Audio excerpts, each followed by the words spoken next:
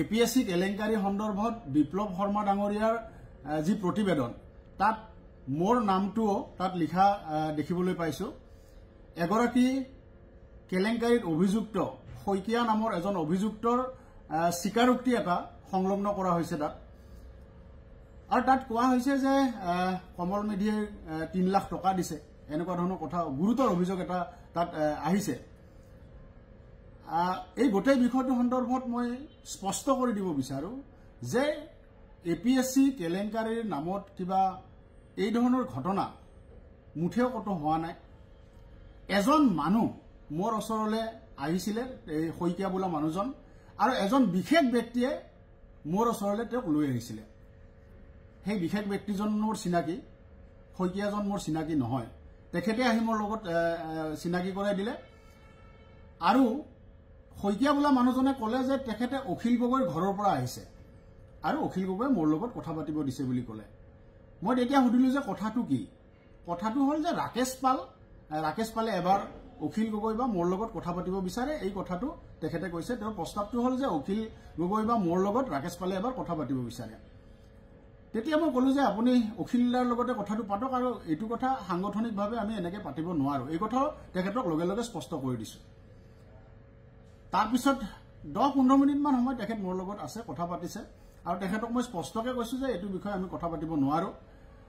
আৰু টকা পইচা লোৱাৰ প্ৰশ্নটো এটা গোকাত মিছা কথা। কোনো পৰিস্থিতিত টকা পইচা লোৱাৰ তাত প্ৰশ্নই নাহিলে। মানুহজনক মই এদিনে লগ পাইছো, এজন বিশেষ ব্যক্তি, মোৰ চিনাকি ব্যক্তিয়ে মোৰ ওচৰলৈ লৈ আহিছিলে।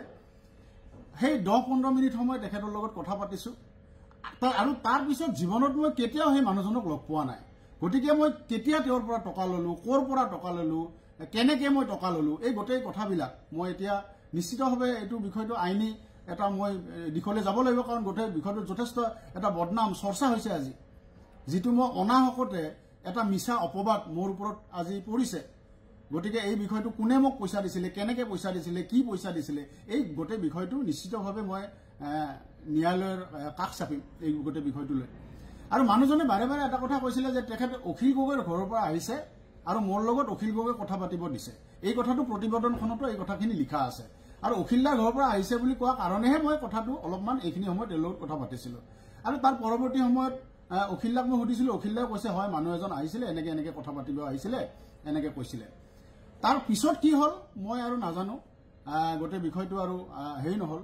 এতিয়া তাৰ পিছত তেওঁ কৈছে যে এইটো 2014 চনৰ কথা, কিন্তু তাৰ পিছত APSC কেলেংকাৰীক লৈ বহুত আন্দোলন হৈছে।